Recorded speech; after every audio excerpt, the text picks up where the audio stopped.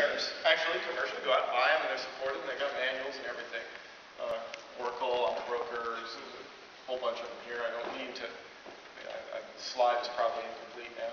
There's some great open source stuff out there, and several different logical frameworks out there. But sort of what's more interesting to me is that user layer tools have also developed. So there's vocabulary tools, right? Ontology design tools, things like top-rate composer. It's just an awesome tool, right? We've got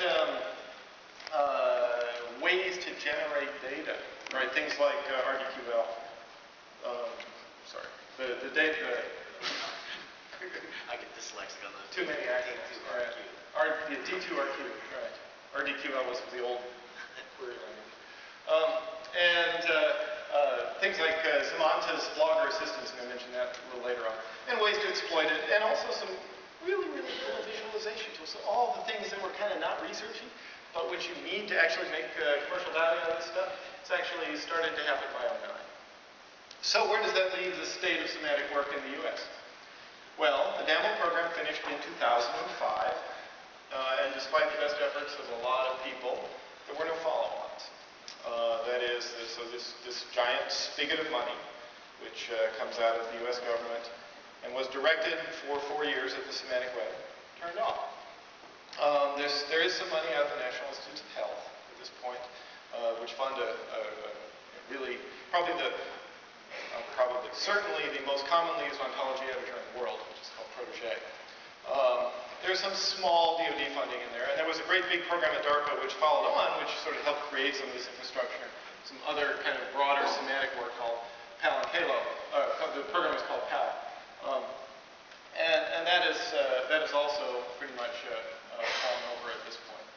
But what was cool, and see, I'm a kind of an entrepreneurial guy, and I actually, and at the time I was really hoping that DARPA would throw some money into it, throw more money into it, because there was tons of stuff that needed to be done. And the director said, no, I don't think so. But what happened was, of course, that leading edge VCs moved in, right? And we actually got, primarily in the US, an emerging ecosystem of commercial people who were staying up late at night in garages, with a kind of motivation that only comes from the fact that, if you don't succeed, you don't eat kind of motivation. And there's some great startups that came out of that, right? Some of which we were involved in, many of which we weren't. But Radar's one, MetaWeb, every Adaptive Blue, Siri, which came out of the PAL program. But then there was also some mid-sized companies that got involved, and some Metatomics, Open Calais, which we call bronze. And finally, we start to see the large people coming in particular what we call the search majors. What was interesting about all this, though, was that in this kind of rush for something which could pay off the investors, a lot of emphasis ended up being on what we call the data side of the semantic web. So that means that the use cases were all typically about relational databases, corporate data integration, business intelligence, the kind of analytics which you need for that, the kind of workflows which you need to define ontologies. It's actually, in some ways, it's a lot easier if you can just get a bunch of people sitting around a table to agree, which doesn't really happen all the way. There were, this is not to say this was universal, right? There were things like Twine, but primarily enterprise data drove the US semantic web in the early days. This was actually, it was very different in Europe. The situation was extremely different. So in Europe, and this is really actually moving up to the present day right now, it's continuing very large-scale public investments. So, to give you an example, there's old structures there, public sector R&D, and several different large buckets called frameworks. Right? Framework 6 was a whole set of programs from 02 to 06. Framework 7 is what we are in now. Framework 7, the numbers are pretty staggering.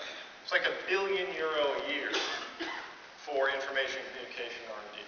That's a lot. You can see euro is about, I think, $1.40 these days. So that's a lot of money. I think DARPA was like $3 billion a year, but that included aerospace and rockets and blowing stuff up. This is just in computers. And there was a lot of money in things like the digital libraries and so forth. And so what all this ended up doing was creating a couple of cool things. Number one, probably the finest semantic web R&D institution in the entire world, which is called DIRT. And they, if you're not familiar with them, they're actually a multi-site institution, but they are primarily in Ireland, in Galway. They've got over 100 people who think really, really hard about this. I mean, PhD people and PhD level people, a lot of grad students, and just unbelievable research comes out of that. Another one called the Semantic Technology Institute International, that's another organization is charged with fundamental semantic web R&D. Great graduate students out there. And what was interesting there was that I think freed from the